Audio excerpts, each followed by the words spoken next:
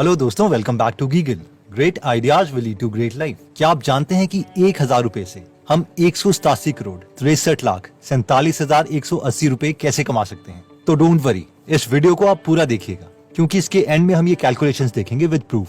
Anyways, क्या आपको पता है कि जिम साइमंस ने वॉरेन बफेट से 3 गुना ज्यादा रिटर्न लिया और वो भी 30 सालों तक, लेकिन फिर भी उनकी वेल्थ वॉरेन बफेट से कम है। पीटर थियल ने वॉरेन बफेट से ऑलमोस्ट ऑन एन एवरेज 5 गुना का रिटर्न लिया और वो भी 22 सालों तक, फिर भी उनकी वेल्थ वॉरेन बफेट से कम है। क्या आपको पता है कि ऐसा क्यों हुआ? क्योंकि वॉरेन बफेट बचपन में ही इस कंपाउंड इक्वेशन को समझ गए थे। क्योंकि उन्हें पता था कि वो कितने पैसे कमाएंगे वो 3 चीजों पर डिपेंड करता है। प्रिंसिपल यानी आपके पास कितने पैसे हैं इन्वेस्ट करने के लिए, आर यानी कितना रेट ऑफ इंटरेस्ट हम ले सकते हैं, और टी यानी टाइम। और क्योंकि कम एज में उनके पास पैसे तो थे नहीं, लेकिन उन्होंने ये नहीं बोला कि मैं तो छोटा हूँ, मेरे पास पैसे नहीं है और अभी मैं क्या कर सकता हूँ, बल्कि उन्होंने ये सोचा कि बेशक पैसे ना हो लेकिन टाइम तो बहुत है और रेट ऑफ इंटरेस्ट को मैं अपनी स्किल से बढ़ा सकता हूँ, इसलिए कंपाउंडिंग मेरे लिए काम कर सकती है। वैसे ही हमें भी सोचना चाहिए कि बेशक हमारे पास अभी कम पैसे हैं, लेकिन हमारे पास अभी टाइम है जो इस इक्वेशन में अवेलेबल है, और उतना टाइम किसी 40 साल के इंसान के पास नहीं होगा, बेशक वो साल के 1 करोड़ पे ही क्यों ना कमा रहा हो। तो इस वीडियो में हम डिटेल में ये देखेंगे कि हम किस में और कैसे इन्वेस्ट कर सकते हैं अपने पहले 1,000 रुपए को। So let's start my dear brothers and sisters. Okay, तो अब हम इमेजिन करते हैं कि आपके और आपके बेस्ट फ्रेंड के पास 1,000 रुपए हैं। आपका बेस्ट फ्रेंड उसे किसी एंजॉयमेंट के लिए खर्च करना चाहता है, नेटफ्लिक्स की सब्सक्रिप्शन, मूवीज एक्सेट्रा, क्योंकि वो बिलीव करता है यार प्रेजेंट में जियो। 1,000 रुपए से कौन सी किसी की लाइफ चेंज होने वाली है, फ्यूचर में मेरी अच्छी जॉब लगेगी और उसे पता नहीं कितने 1,000 रुपए कमा लूंगा। लेकिन आप थोड़े इंटेलिजेंट हैं, लॉन्ग विजनिस्ट हैं, आपको पता है कि कंपाउंडिंग क्या है। जब इंटरेस्ट के ऊपर इंटरेस्ट मिलता है तो छोटा अमाउंट भी बड़ा हो जाता है। लेकिन इन्वेस्ट कहाँ किया जाए, सवाल तो ये है। लेट्स से आप निफ्टी 50 में 20 साल से 50 साल तक पैसे इन्वेस्ट करने लग जाते हैं, तो 30 साल बाद यानी 50 की उम्र में आपके पास 60 लाख के करीब एक्स्ट्रा कैश होगा, जबकि आपने इन 30 सालों में टोटल अमाउंट सिर्फ 3,60,000 रुपए ही इन्वेस्ट किया है, और वो भी किश्तों में। इसकी कैलकुलेशन ये रही। अगर आप इसमें इंटरेस्टेड हैं तो इसके स्क्रीनशॉट ले सकते हैं या स्लो मोशन में देख सकते हैं। इसमें हमने रेट ऑफ इंटरेस्ट 15% लिया है। 15% का real example with real data हम आगे देखेंगे। एनीवेज, ये 60 लाख रुपए जो आपको मिलेंगे ये एक एक्स्ट्रा अमाउंट है। इसके अलावा अगर हमने और पैसे इन्वेस्ट करे होंगे तो ये अमाउंट बहुत बड़ा होगा। अब जरा देखते हैं कि आपके बेस्ट फ्रेंड के साथ क्या हुआ होगा। उसे होश आता है 30 साल की उम्र में और वो आपसे 3 गुना ज्यादा 3,000 रुपए हर महीने इन्वेस्ट करने लग जाता है। इसके बावजूद उसके पास 50 की एज में 17 लाख रुपए आपसे कम होंगे, यानी सिर्फ 43 लाख रुपीस होंगे। ये रही आपके फ्रेंड की इन्वेस्टमेंट कैलकुलेशन। इसे भी आप एक बार देख सकते हैं। अब आप में से जो लोग इम्प्रेस हो गए हैं वो सोच रहे होंगे कि वाओ, ये तो बहुत अच्छे रिटर्न है, लेकिन ये रिटर्न मिलेंगे कहाँ से? तो मैक्सिमम लोगों को पता है कि ये निफ्टी 50 नाम का इंडेक्स फंड है जो हमें ऑन एन एवरेज 15% का रिटर्न दे सकता है। इसके बारे में अगर आपको और जानना है तो इसके ऊपर हमने डिटेल में एक कोर्स बनाया है जिसका लिंक मैं डिस्क्रिप्शन में दे दूंगा।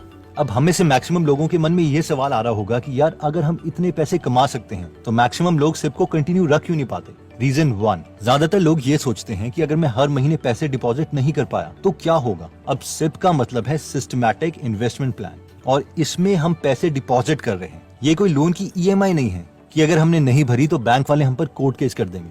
इसलिए सिप से डरने की जरूरत नहीं है। अगर हम चाहें तो कभी भी सिप को बंद करवा सकते हैं, या फिर उसमें ज्यादा पैसे डाल सकते हैं या कम पैसे डाल सकते हैं, या इवन पैसे निकाल भी सकते हैं और हम पर कोई कोर्ट केस नहीं होगा। सेकंड रीजन जिसकी वजह से लोग सिर्फ जल्दी बंद कर देते हैं वो है वोलेटिलिटी, यानी मार्केट में उतार और चढ़ाव, जिसे लोग रिस्क समझ लेते हैं। चलिए इसे एक रियल एग्जांपल से समझते हैं। ये निफ्टी 50 का एक्चुअल डेटा है। इसमें सबसे पहला कॉलम इन्वेस्टमेंट डेट है, यानी जिस दिन हम निफ्टी 50 में पैसे इन्वेस्ट करेंगे। Second column cumulative invested amount है, यानी अभी तक हमने कितने पैसे इन टोटल इन्वेस्ट कर चुके हैं। और थर्ड कॉलम है मार्केट वैल्यू, यानी हमारा इन्वेस्टेड पैसा अब कितना हो चुका है। तो पहली रो में हम 30 जून 1999 को 1,000 पे इन्वेस्ट करते हैं, तो वो 1,000 पे ही रहेंगे। एक महीने के बाद यानी 30 जुलाई 1999 को दोबारा से 1,000 पे इन्वेस्ट किए, तो टोटल पैसे जो अभी तक हमने इन्वेस्ट किए हैं वो है 2,000, क्योंकि 1,000 पिछले महीने किए थे और 1,000 इस महीने, और इसकी मार्केट वैल्यू होगी है 2,104 रुपए। इस मूवमेंट में मैक्सिमम लोग खुश हो रहे हैं कि वाओ, हमारे 2,000 रुपए 2,104 रुपए में कन्वर्ट हो गए, हमारे पैसे बढ़ रहे हैं, और 104 रुपए हमने 2 महीने में ही कमा लिए, जिसका मतलब है कि हमने अप्रोक्सीमेटली 5.2% 2 महीने में अर्न किए, यानी साल के 30% के आसपास। हम तो तहलका मचा देंगे, लेकिन रियलिटी में कोई तहलका नहीं मचा है। अभी हम आगे देखते हैं। हमारे इन्वेस्टमेंट के तीसरे महीने तक हम 3,000 रुपए इन्वेस्ट कर चुके हैं और वो बन गए हैं 3287 रुपए। चौथे महीने 4,000 रुपए बन गए हैं 4266 रुपए। यहाँ तक सब ठीक था, लेकिन फिफ्थ महीने अभी तक टोटल इन्वेस्टमेंट हमने की है 5,000 रुपए की, जो बन चुके हैं 4834 रुपए। अब आप बोलेंगे यार ये क्या, मैं तो लॉस में चला गया। अब आपको इस थियरी पर डाउट होने लगेगा। अगले कुछ महीने फिर सिचुएशन ठीक होगी, लेकिन फिर दोबारा से 14th, 15th, 16th मंथ में आपके NAV की मार्केट वैल्यू आपकी इन्वेस्टमेंट से भी कम है। आप सोचेंगे यार साल हो गया है, 14 मंथ चल रहा है, इससे अच्छा तो मैं किसी बैंक की FD में जमा करवा देता। और ये चीज चलती रहेगी, इसे ही वोलेटिलिटी कहते हैं। आप 28th मंथ में देखो, आपको 2 साल से ज्यादा समय हो चुका है इन्वेस्ट करते हुए, हर महीने 1,000 रुपए, लेकिन इन 28,000 रुपीज की वैल्यू 20,267 रुपीज है। पूरे 4 साल के बाद 48,000 रुपए की वैल्यू 42,838 है। इस वक्त मैक्सिमम लोग बोलेंगे क्या बेकार चीज है यार, पैसे बाहर निकालो, बेकार की वीडियो देखी थी। या जॉन बॉगल जिन्होंने ये थ्योरी दी है ये भी इडियट है। और जैसे ही आपने पैसे निकाले आपको लॉस हो गया, क्योंकि स्टॉक मार्केट में एक्चुअल लॉस या प्रॉफिट तो पैसे निकालने में होता है, वरना ये तो पेपर लॉस ही था। लेकिन जो सिप को एक्चुअल में कंटिन्यू रखेंगे और आगे बढ़ते रहेंगे वो ही रिटर्न पा पाएंगे। तो 30/10/2007 में जो लोग अभी तक टोटल 1,01,000 रुपए इन्वेस्ट कर चुके हैं, उनके पैसे हो गए हैं 4,12,916 रुपए, जो दोबारा से अब कम या ज्यादा होते रहेंगे। 2 मई 2017 तक आप टोटल इन्वेस्ट कर चुके हैं 2,15,000 रुपए और आपका टोटल अमाउंट हो चुका है 9,29,510 रुपीज। और फाइनली अगर हम आज तक की बात करें, यानी 30 अगस्त 2021 तक, तो अभी तक हम इन्वेस्ट कर चुके हैं 2,67,000 रुपए और आपकी NAV की टोटल मार्केट वैल्यू है 18,68,206 रुपए, यानी 18 लाख रुपए। और अगर इसका हम परसेंटेज रिटर्न देखें तो आपको टोटल रिटर्न मिला है 15.3%। और ये वोलेटिलिटी रीजन है जिसकी वजह से कोई इन्वेस्ट नहीं करता। इसलिए वॉरेन बफेट कहते हैं whenever I buy stocks I assume market is closed for next 5 years। यानी जब मैं कंपनी के शेयर्स लेता हूं तो मैं ये एज्यूम करता हूं कि मार्केट अगले 5 सालों के लिए बंद है, क्योंकि उन्हें पता है कि उनके शेयर्स की वैल्यू बढ़ती रहेगी और कम होती रहेगी। और वोलेटिलिटी शेयर मार्केट का नेचर है। आई नो हम में से कई लोग बहुत बड़े ड्रीमर्स हैं और आप लोग सोच रहे होंगे कि यार 18 लाख रुपए कोई बड़ा अमाउंट नहीं है। वैसे आपने हर महीने सिर्फ 1,000 रुपए ही डाले थे, अगर आप ज्यादा इन्वेस्ट करते तो एक्सपोनेंशियली ग्रो करता। एनीवेज, देखिए वॉरेन बफेट ने अपनी पहली इन्वेस्टमेंट करी थी 11 साल में।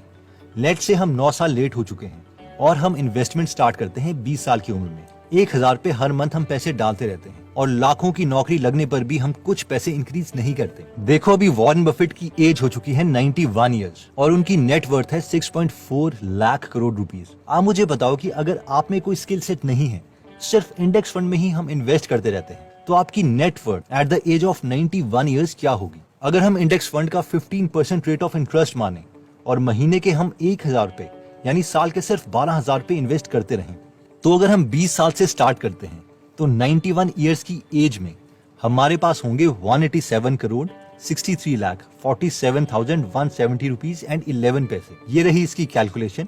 इसे भी हम चाहें तो डिटेल में देख सकते हैं। I mean not bad. हमें तो वॉरेन बफेट की तरह किसी भी कंपनी की एनुअल रिपोर्ट पढ़नी ही नहीं थी। सिर्फ 1,000 रुपए हर महीने खुद ब खुद ऑटोमेटिकली इंडेक्स फंड में जाते रहते। हम में से जो लोग सोच रहे हैं कि यार 91 साल तक तो पता नहीं जिएंगे भी या नहीं, फिर क्या फायदा? फिर मुझे ये बताओ कि आप खुद तो अपने को वॉरेन बफेट से कंपेयर कर रहे हो और उनकी एज तक का पेशेंस हमारे पास है नहीं।